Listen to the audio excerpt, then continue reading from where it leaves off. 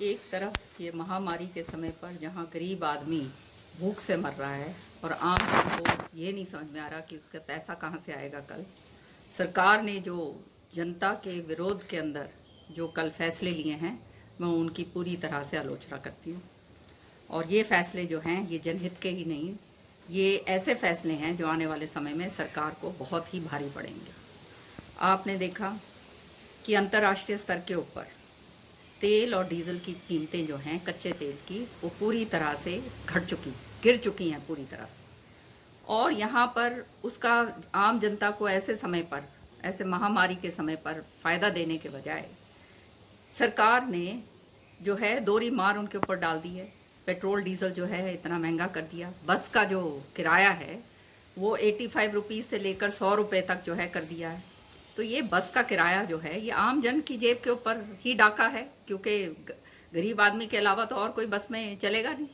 साथ ही साथ जो है वैट और डीजल के ऊपर जो है एक एक रुपया जो है बढ़ाकर ये भी जो है आम जन जो है, किसान भाई है, आम हैं, उनकी जेब के ऊपर डाका है। क्योंकि ये जो आज के दिन जो है किसान जो है वैसे ही त्राही त्राही हो रही है पूरे देश के अंदर, और वैट और वैट और टैक्स जो है वो बढ़ाकर डीजल और पेट्रोल के ऊपर, ये बहुत ही जो है घातक काम जो है आम जनता के साथ सरकार ने करा। अब आप देखिए कि मार्केट फी कभी भी नहीं ली जाती थी मंडियों के अंदर, और हमारे समय पर हमारी सरकार ने इसको ख़त्म कर दिया था क्योंकि ये जनहित का काम था। मुझे हैरानगी होती है ये देखकर कि इसके ऊपर भी इन्होंने नहीं छोड़ा। एक एक पैसा जो है ये निकालने की कोशिश कर रहे हैं। 1 रुपया जो है सब्जियों के ऊपर और फलों के ऊपर जो है वो टैक्स बढ़ा दिया, और 1 रुपया बढ़ा दिया HRDF पे, जो है हरियाणा रूरल डेवलपमेंट फंड।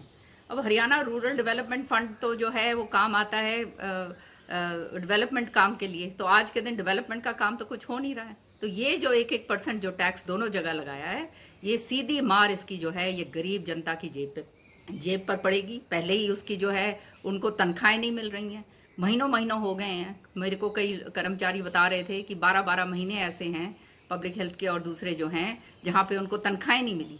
तो तनख्वाह नहीं मिल रही हैं, पैसे उनके पास हैं नहीं, खाने को उनके पास रहा नहीं, और आप टैक्स पे टैक्स आप लगाए जा रहे हो। तो ये जो है बहुत ही गलत बात जो है सरकार ने जनता के साथ करी है।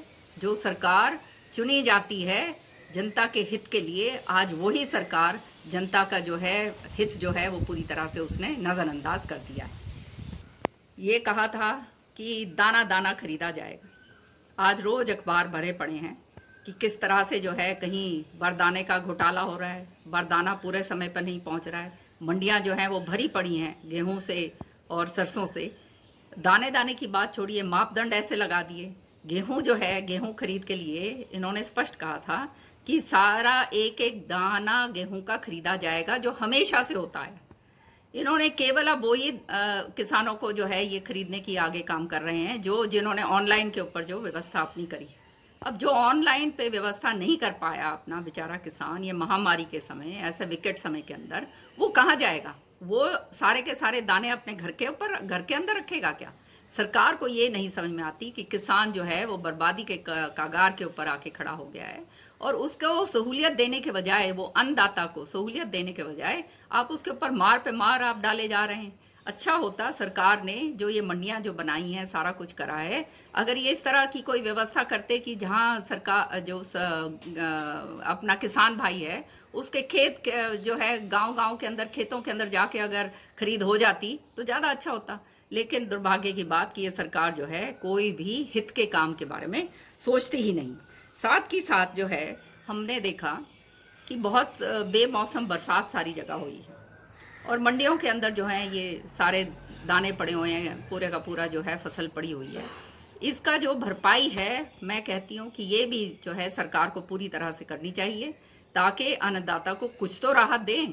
साथ ही साथ आज जब डीजल के रेट इतने कम हो गए, सरकार के खजाने के अंदर पैसा इतना आ गया है, तो वो ही मैं डिमांड करती हूँ कि किसान भाई के लिए सब्सिडी दे सरकार। अगर जनहित का कोई काम करना चाहती है तो सब्सिडी दे, पेट्रोल पे, डीजल पे, खाद पर, बीज के ऊपर, और क्या कहते हैं, ये जो किसान के जो उपकरण होते हैं इनके ऊपर सब्सिडी दी जानी चाहिए, ताकि किसान जो हमारा अन्नदाता है उसको थोड़ी सी राहत मिले। विभाग के मंत्री जो हैं बहुत बड़े बड़े दावे कर रहे हैं कि एक एक पैसा जो है पहुंचा दिया गया है, लेकिन मेरे किसान भाइयों ने मुझ तक फोन करके ये बात बताई कि जुई मंडी है, सिवानी मंडी है, वहां पे अभी तक किसान की जो खरीद है उसका भुगतान नहीं हो पाया है। तो पहले तो आपने पूरे दाने नहीं खरीदे हैं, देरी आपने कर दी है, और अब जो खरीद करी है उस खरीद का भुगतान भी अगर आप नहीं करेंगे तो किसान भाई कहाँ जाएगा?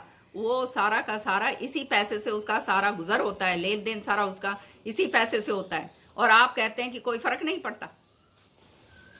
प्रधानमंत्री जी ने अपने संदेश में कहा कि जो भी कर्मचारी जिसके भी फैक्ट्री में काम कर रहे हैं उनको उनकी तनख्वाहें दी जाएं, और फैक्ट्री वालों को कहा, और मैं इसको सराहनीय मानती हूँ।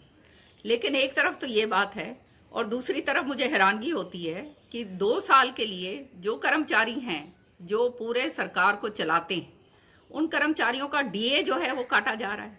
अब ये तो बहुत ही जाती मैं समझती हूँ है, क्योंकि आप एक तरफ आप उनका डीए काट रहे हैं, दूसरी तरफ जो है आप कह रहे हैं कि उनको आम जन जो हैं उनको निकाला ना जाए। हमारे जो हैं बच्चे जो हैं आज उनसे 5-5 रुपया जो है मांगा जा रहा है कि भाई दान दो, किसान से अलग मांगा जा रहा है, लेकिन नौकरियां जो हैं उसके ऊपर पूरी तरह से रोक लगा रहे हैं। तो लोग जाएंगे कहाँ? सरकार जो है सहूलियत देने के बजाय सरकार जो है पूरी तरह से अपना काम जो है नहीं, जो उसको करना चाहिए वो नहीं कर रही।